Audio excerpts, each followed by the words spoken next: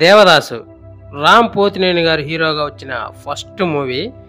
YVS Chowdary గారి డైరెక్షన్లో రామ్ పోతినేని గారి హీరోగా వచ్చిన ఈ సినిమా 2006 జనవరి 11న రిలీజ్ అయ్యి బాక్సాఫీస్ దగ్గర హిట్గా నిలిచింది.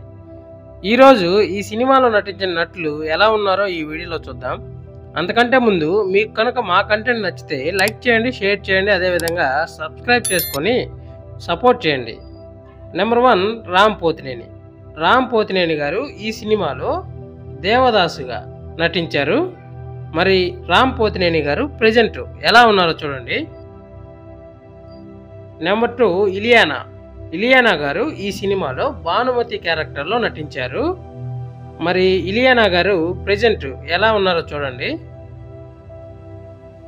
నెంబర్ 3 సియాజీ షిండే.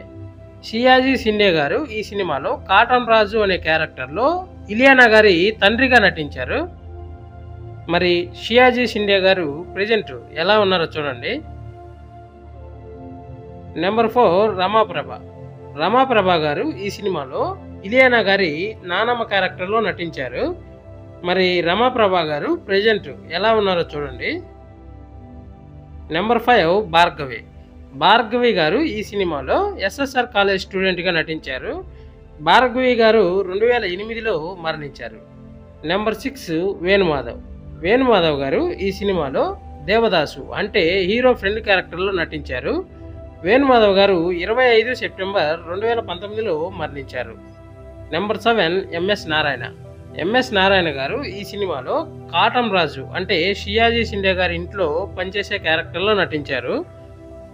ఎంఎస్ నారాయణ గారు 23 జనవరి 2015లో మరణించారు. నెంబర్ 8 శ్రియా శరణ్. శ్రియా శరణ్ గారు ఈ సినిమాలో ఒక ఐటమ్ సాంగ్ అయితే చేశారు. మరి శ్రియా శరణ్ గారు ప్రెజెంట్ ఎలా ఉన్నారో చూడండి. నెంబర్ 9 వైవిఎస్ చౌదరి. వైవిఎస్ చౌదరి గారు ఈ సినిమాలో డైరెక్టర్గా ఒక కామియో అపియరెన్స్లో కనిపిస్తారు మనకి ఈ సినిమాలో. మరి వైవిఎస్ చౌదరి గారు ప్రెజెంట్ ఎలా ఉన్నారో చూడండి. నెంబర్ 11 చక్రి.